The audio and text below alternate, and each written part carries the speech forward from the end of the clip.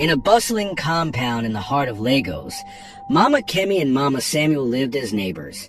Their homes were side by side, and their bond was as strong as family.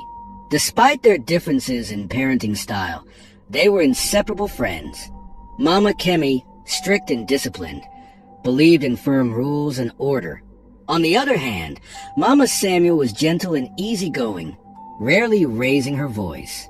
Both women were hard-working traders, often spending their days at the market. This left little time for their children, Kemi and Samuel, who had grown up together like siblings. At 12 years old, the two were inseparable, sharing secrets, doing homework, and playing games around the compound. Their laughter echoed to the dusty yard, a constant reminder of their youthful joy. One day, during a casual conversation at dinner, Samuel told his mother, "Mama, I need a phone. All my classmates have one. I feel left out." Mama Samuel paused, her spoon midway to her mouth. "A phone? Samuel, don't you think you're too young for that?" "But Mama, it's not just for games. I can use it to study too," Samuel argued, his big, hopeful eyes looking up at her. Mama Samuel sighed, unsure if her son was ready for such responsibility. She decided to set a condition. "If you can come first in your class this term, I'll buy you a phone. But only if you prove you deserve it." Samuel's eyes lit up with determination. From that day forward, he studied harder than ever, pouring all his energy into his books. Even Kemi noticed a change. "You're really serious about this phone, aren't you?" She teased him one evening as they worked on their math homework together. "I'll show Mama I can do it," Samuel replied confidently. When the term ended, Samuel achieved his goal. He came home clutching his report card, beaming with pride. "Mama, look, first position." Mama Samuel couldn't hide her joy. She hugged him tightly and promised to keep her word. True to her promise, she bought Samuel a sleek new iPhone. It was more advanced than Samuel had ever imagined, and he was overjoyed. From that day on, the phone became Samuel's favorite possession. He used it to play games, watch cartoons, and explore the internet. Kemi often joined him, and the two spent hours laughing at funny videos and sharing silly games. One sunny afternoon, Samuel and Kemi sat in his room, glued to the phone. "Let's see what else we can find," Samuel said, scrolling through apps. Kemi nodded, her eyes wide with curiosity. This phone has so much. Their innocent exploration marked the beginning of something neither of them could have predicted. A journey that would test their friendship and their innocence. One quiet afternoon, while Mama Kemi and Mama Samuel were away at the market, Samuel and Kemi sat in Samuel's room, as they often did. Samuel was busy scrolling through his phone, navigating various apps and videos, while Kemi watched over his shoulder. Suddenly, Samuel paused. "What's this?" he asked, clicking on an unfamiliar icon. The screen lit up with a collection of videos. The thumbnails were unusual, unlike the cartoons and games they usually enjoyed. Samuel tapped on one out of curiosity, and the video began to play. It showed something strange, adults behaving in ways the children didn't understand. Samuel and Kemi stared at the screen, their faces a mix of confusion and curiosity. "What are they doing?" Kemi whispered, her voice barely audible. Samuel hesitated, his brows furrowed. "I think it's something adults do. I've heard older boys at school talk about things like this." Kemi's face flushed. "Should we be watching this? It feels wrong." Samuel shrugged, unable to tear his eyes away. "It's just a video. It's not like we're doing anything bad." But deep down, both children felt uneasy. The video ended, but instead of closing the app, Samuel clicked on another one. As the minutes passed, their uneasiness turned into fascination.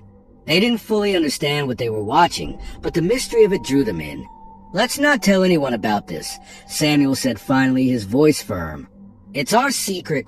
Kemi nodded, though a part of her wanted to tell her mother. She knew, however, that Mama Kemi wouldn't take it lightly. Her strict mother was quick to punish. and Kemi couldn't imagine the consequences if she found out. From that day on, Samuel and Kemi's afternoons changed. Whenever their mothers were away, they would lock themselves in Samuel's room to watch more of the forbidden videos. The once innocent laughter that used to echo through the compound was replaced by whispered conversations and stolen glances. Days turned into weeks, and the secret began to affect their friendship. They no longer played outside or did their homework together like they used to. Instead, their bond revolved around the hidden world they had discovered. One day, Kemi turned to Samuel as they sat in his room. "Do you think it's bad that we're watching these videos?" she asked, her voice trembling. Samuel looked uncomfortable. "It's just videos, Kemi. It's not like we're doing anything wrong. But what if Mama finds out?" Samuel's expression hardened. "She won't. We just have to keep it a secret." Kemi nodded, but her unease grew with each passing day.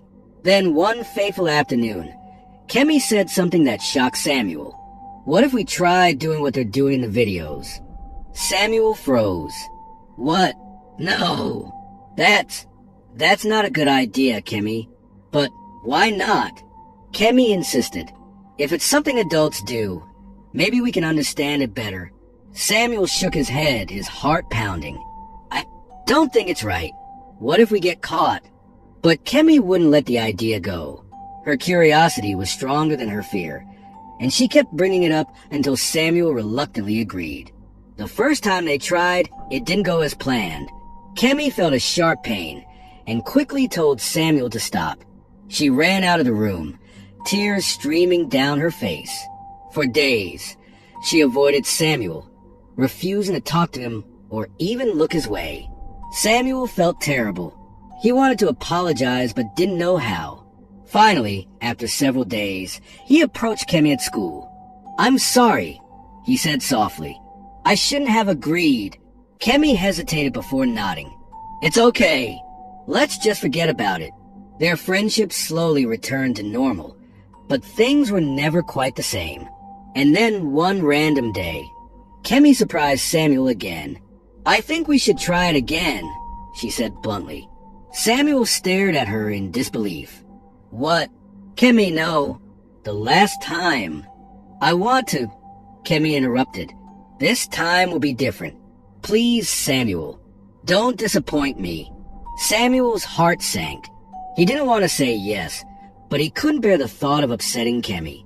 Reluctantly, he agreed. One day after school, Samuel and Kemi decided to stay behind in an empty classroom. The school was quiet, and most of the students and teachers had gone home. Kemi looked at Samuel with determination in her eyes. "Are you sure about this?" Samuel whispered nervously, glancing around. Kemi nodded. "We'll be quick. No one will know." They slipped into the school toilet, hearts pounding with both fear and anticipation. Just as they were about to try what they had seen in the videos, the sound of footsteps echoed down the corridor. "Someone's coming," Samuel hissed, grabbing Kemi's arm. Panic set in as the footsteps grew louder. The children bolted out of the toilet, running in different directions. It was the school security guard, making his routine rounds. Fortunately, he didn't see them, but the close call left them shaken. When they got home that evening, both Mama Kemi and Mama Samuel were still at work. Alone in the compound, Kemi turned to Samuel and said, "We have to try again. This time, at home." Samuel hesitated, his fear evident.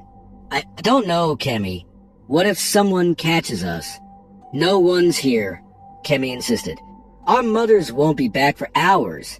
Reluctantly, Samuel agreed. They went into Samuel's room and locked the door.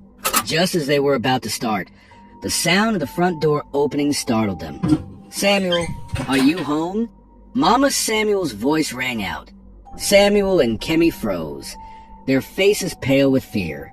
Mama Samuel's footsteps approached the room, and she knocked on the door. "Samuel, why is this door locked?" Scrambling to cover up their actions, Mama Samuel's sharp eyes darted between Samuel and Kemi. Something about their behavior seemed off. "What's going on here?" she asked, her voice firm. Kemi looked down at the floor, unable to meet her gaze. Samuel stammered, trying to come up with an excuse, but his mother wasn't convinced. "Both of you, sit down," Mama Samuel commanded. "Now tell me the truth. What have you been doing?" The children exchanged nervous glances. They knew they couldn't hide the truth any longer. With trembling voices, they confessed everything. The videos, their curiosity, and their attempts to mimic what they had seen. Mama Samuel listened in stunned silence, her heart sinking with every word. She felt a wave of guilt wash over her. How had she missed this? Had her focus on her business blinded her to her son's needs? Taking a deep breath, she said, "Stay here. I need to talk to Mama Kemi." Mama Samuel walked across the compound to Kemi's house and told her everything. Mama Kemi's face turned pale with shock. She stood up abruptly, pacing the room. "This is all Kemi's fault," she snapped. "She's the one leading Samuel astray." Mama Samuel shook her head firmly. "No, it's not just Kemi. Both of them are involved, and we need to handle this together as mothers." For the first time, Mama Kemi sat down, her usual strict demeanor replaced by worry. "What do we do?" she asked quietly. "We need to talk to them, and more importantly, we need to get them help," Mama Samuel replied. "Therapy, counseling, whatever it takes to guide them back to the right path." The two mothers returned to Samuel's house and had a long talk with the children. They explained the dangers of the content they had been watching and why their actions were harmful, though their words were gentle.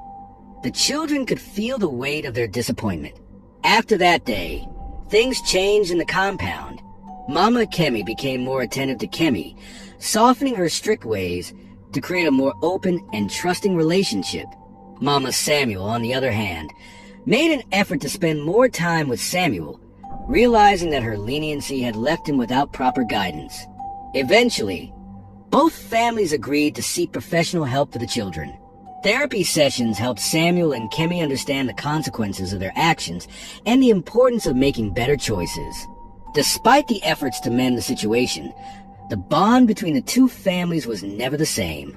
Mama Kemi decided to relocate to another state, hoping to give Kemi a fresh start away from the memories of what had happened.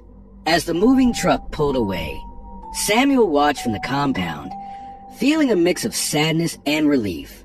He had learned a hard lesson, one that would stay with him for the rest of his life.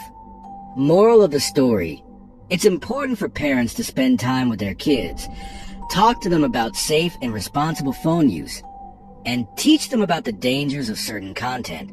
Phones are tools that can help children learn and communicate, but they should be given only when a child is mature enough to handle them responsibly. Drop your opinion on the comment. At what age do you think parents should buy a phone for their children?